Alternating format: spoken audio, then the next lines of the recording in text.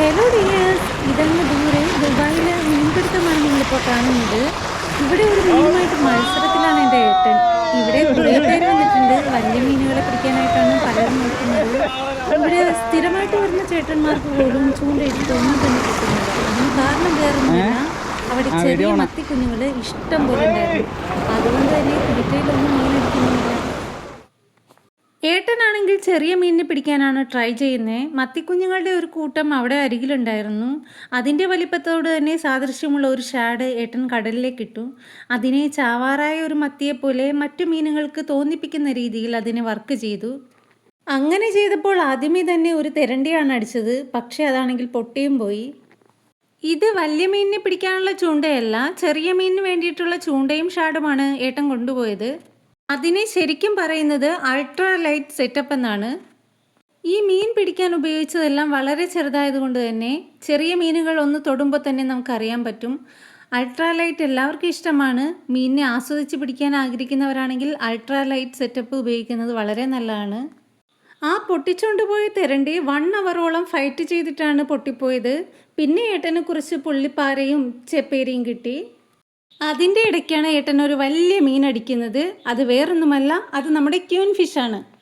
ആ മീൻ പൊങ്ങുന്നത് വരെ എന്ത് മീനാണെന്ന് ഇവർക്ക് അറിയില്ലായിരുന്നു. എല്ലാവരും നല്ല ആകാംക്ഷയിലായിരുന്നു.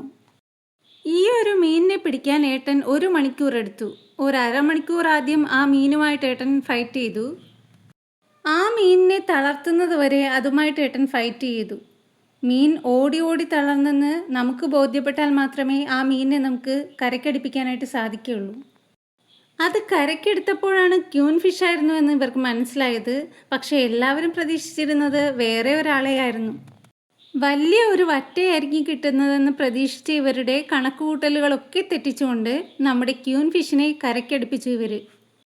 ക്യൂൻ ഫിഷ് ഏറ്റവും നല്ലത് ചുട്ടു തിന്നാനാണ്. പിന്നെ വറുക്കാനും അതുപോലെ ഗ്രില്ല് ചെയ്യാനും ഒക്കെ സൂപ്പറാണ്. പക്ഷെ കറി വെച്ചാൽ അത്ര ടേസ്റ്റ് ഉണ്ടാവില്ല. ഫിലിപ്പീൻസിൻ്റെ ഫേവറേറ്റ് ഫിഷാണിത്. ഇവിടെ സ്ഥിരമായി എപ്പോഴും കിട്ടുന്ന മീനാണ് ക്യൂൻ ഫിഷ്. നല്ല ഹെൽത്തിയാണ്. ഇതിലെ ഒമേഗ 3 ഫാറ്റി ആസിഡുകൾ ഹൃദയാരോഗ്യത്തിന് ഗുണം ചെയ്യും. അതുപോലെ തന്നെ വിറ്റാമിൻ ഡി, B12 എന്നിവ അസ്ഥികളുടെ ശക്തി വർദ്ധിപ്പിക്കുകയും നമ്മുടെ നാഡികളുടെ ആരോഗ്യം മെച്ചപ്പെടുത്തുകയും ചെയ്യുന്നു. പൊട്ടാസ്യം, സെലീനിയം തുടങ്ങിയ ധാതുക്കൾ രോഗപ്രതിരോധ ശേഷി വർദ്ധിപ്പിക്കുകയും കുറഞ്ഞ കലോറിയും ഉയർന്ന പോഷകസമൃദ്ധമായ ഒരു ഫിഷാണ് ക്യൂൻ ഫിഷ്. പിന്നെ ഇതിനെ പിടിച്ച ദിവസം തന്നെ കഴിക്കുകയാണ് കൂടുതൽ നല്ലത്. അപ്പോൾ ഇത്രയേ ഉള്ളൂ നമ്മുടെ വീഡിയോ. ഇനിയും ഇതുപോലത്തെ ഫിഷിംഗ് വീഡിയോസ് ഇഷ്ടമാണെങ്കിൽ ഞാൻ അതും കൊണ്ട് ഇനിയും വരുന്നതായിരിക്കും. അപ്പോൾ എല്ലാവരും എൻ്റെ ചാനലൊന്ന് ലൈക്ക് ചെയ്യാനും സബ്സ്ക്രൈബ് ചെയ്യാനും ഷെയർ ചെയ്യാനും മറക്കാതിരിക്കുക. അതുപോലെ എനിക്ക് ഹൈപ്പ് തരാനും മറക്കരുത്. മറ്റൊരു കിടിലൻ വീഡിയോ ആയിട്ട് ഞാൻ വീണ്ടും വരുന്നതായിരിക്കും. അതുവരെ by.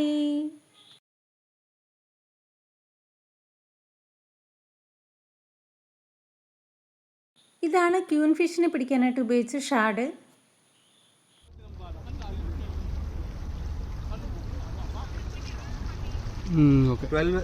4 LB line, 12 LB leader, 10 gram G. Super. Thank you very much. Okay.